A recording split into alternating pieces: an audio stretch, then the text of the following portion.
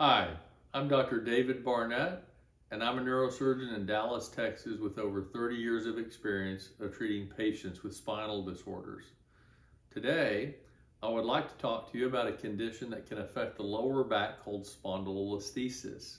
It's a relatively common condition where two of the vertebral bodies can shift out of alignment, pinching the nerves and causing an instability that can cause symptoms.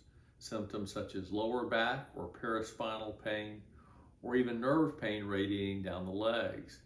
It's a relatively common condition that we see, and it's usually due to one of two causes. The most common is simple deterioration or degeneration that occurs with life, birthdays. The other common cause is a condition called a pars defect, a little defect here in the back of the vertebral body within a part of the bone called the pars. It's either congenital, where the patient was born with it. Sometimes it can be induced with trauma. Regardless, at the very beginning, or when the spondylolisthesis is mild, the symptoms are non-existent or they too are mild. It's only once the vertebral body shifts more out of alignment, becomes more unstable, or when the nerves start to be compressed that symptoms ensue.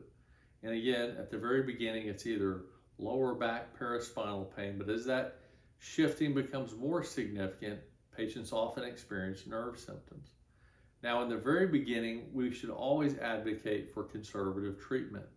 There are some things that patients can do on their own accord, and then there are some treatment options that we as physicians can provide to them that can be beneficial.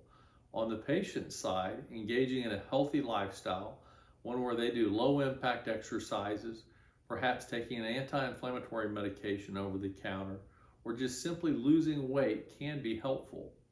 On the physician side, early treatment modalities may involve physical therapy, which can help improve the strength, range of motion, or even decompression of the spinal column, or perhaps even referral for an injection. Sometimes injections are in and around the spinal column, such as epidural steroid injections or injections in the little joints can be helpful.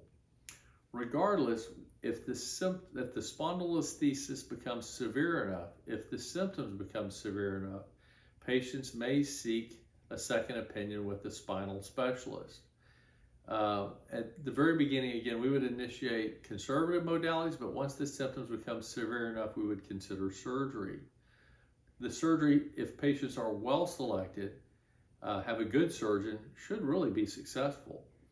Also, you should know that this surgery can almost always be performed through one simple incision on the lower back. It usually does not require two separate incisions or an incision on one part of the body and then an incision followed by another. If you've been told you need surgery or that you need to have two separate incisions or one large incision, please seek a second opinion. If you're in the Dallas area and you've been told you need to have surgery, I would be happy to see you. I appreciate your time today. This is Dr. David Barnett signing off. Thank you.